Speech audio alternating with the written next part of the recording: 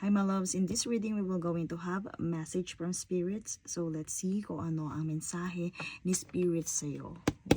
So if you're seeing this my loves, this is for you. Let's see.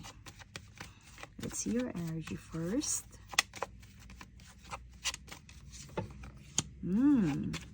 I hear my loves right now you are currently into your purge. So I hear the word purge. Meron my loves na nagbabago my loves or may kailangang baguhin sa takbo ng life mo right now. So pwede my loves na may parating na upcoming news, hindi mo pa ito nalalaman.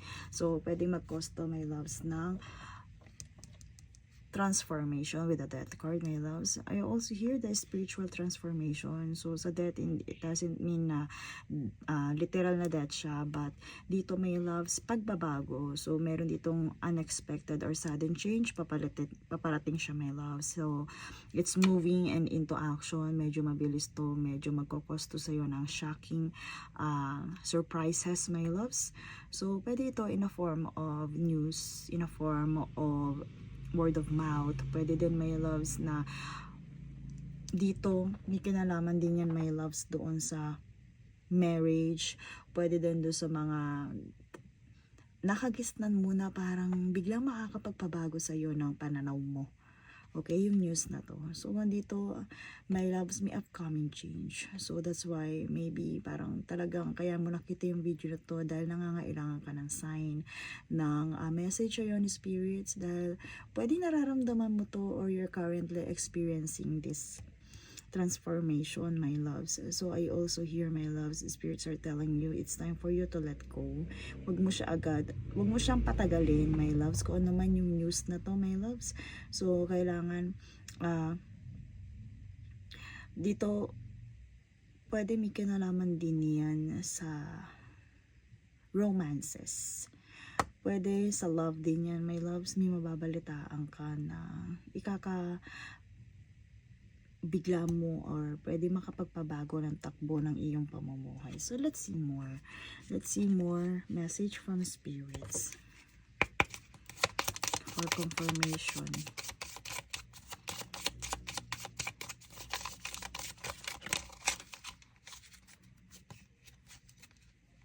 My love. So meron nga dito. With the whips my loves, meron kang kailangan ditong i-let go talaga. May kailangan kang i-cleanse or linisin, tanggalin my loves. Yes, confirmation na may kinalaman yan my loves sa commitment. May kinalaman yan my loves sa relationship. Pwede din my loves na iyan sa form of proposal. Pwede din my loves na iyan sa form of invitation. Pero one thing is for sure, book. Another page, another chapter, your life, my loves. So, I hear na pwede ikatuwa mo din yung transformation na to. So, another page, another chapter of your life, my loves. So, kailangan talaga na, di ba sa book, kailangan pa-move forward ka palagi, my loves. So, dito, pwede magkaroon ng progress ang iyong marriage kung ikaw ay kasal, or kung hindi naman, ay pwede, my loves, na merong next phase sa relationship mo na maaaring mag-cause sa'yo ng marriage, my loves. So, let's see more energy from this whips. Let's see. So, ano itong kailangan mo i-let go na to? Pwede my loves na ang relationship mo rin right now ay kinakailangan may mabago. Okay?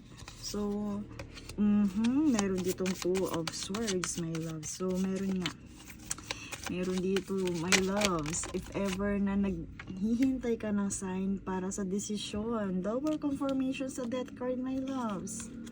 Double. Pwede, my loves, I hear na meron ka marireceive na balita about sa yung love life. So, andito yung illumination, my loves, and pwede din na masabi natin Meron kasi dito lumabas na swords, two of swords. Still undecided ka, my loves, sa love life mo or sa taong involved sa'yo, my loves. Pwede, my loves, na hinihintay mo na may magbago sa kanya. Pwede, my loves, ito, bibigyan ka nito or magkokosta ng pagbabago sa'yo, my loves. So, I hear na right now, kung nako-confuse ka dito sa relationship mo, may darating sa yung balita na pwedeng makatulong sa'yo para maging decided ka na. So, I hear dito naman, my loves, may success naman dito. So, huwag mong isipin na ito ay negative dahil nandito naman yung Sun card, my loves, which is positive outcome. Ano man ang dala ng balita na to, pwede, my loves, na magkosto ng positivity. So, maging optimistic ka, my loves. Pwede din itong mag-cause ng happiness sa darating sa inyo. So, another stage, another level.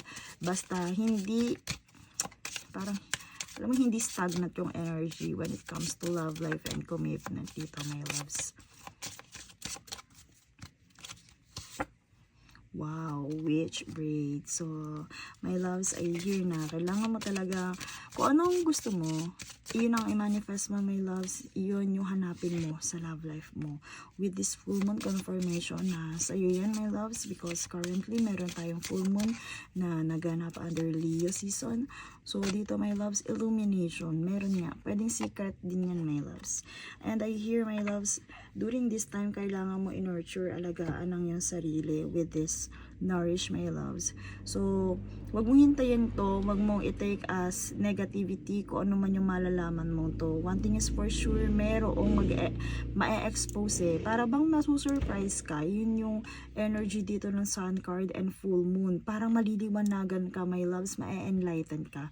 So, alagaan, my loves, ang sarili, in-nourish ang sarili, and manifest positivity. So, let's see last message from spirits. Last message. Since na meron ditong nourishment, my loves, let's see message from spirits and their advice.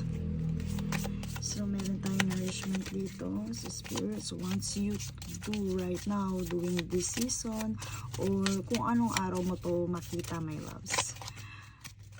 So, mag-focus ka, my love, sa pag-nourish, beauty, ritual. My loves, pwede nga talaga. May magandang stage dyan, my love, sa love life mo. At kailangan mong alagaan, paghandaan. Ito, my loves. So, pwedeng indication din yan ng honeymoon, my loves. Pwedeng, my loves, another stage nga ng love life. And that's all for your reading. Thank you so much and see you in my next one.